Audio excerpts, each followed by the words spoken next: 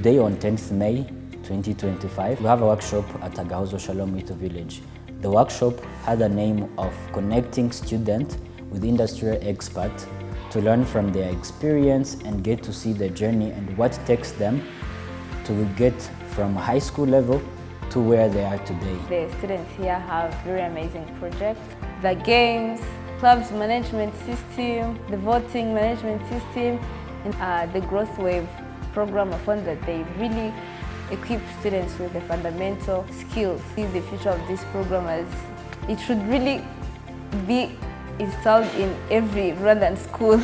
In the future, if they keep up the momentum, if they keep growing, if they keep learning, if they keep the mentorship in this high school developer program, they will even be at a higher level than we would expect, and they will be very ready at the market. Rwanda is looking at creating 1 million coders, and this is not a role that the government can do alone without partners. So I find Growthwave as the partner that is going to help the Ministry of ICT to implement the 1 million coders by having people supporting them train high school students who are going to become tomorrow's workforce that will use the ICT. The future of this program is to scale and be able to work with other high schools in Rwanda so that we can help the student to not only graduate with grades, but with the technical skills, communication skills, and leadership skills, which are going to help them in this real world.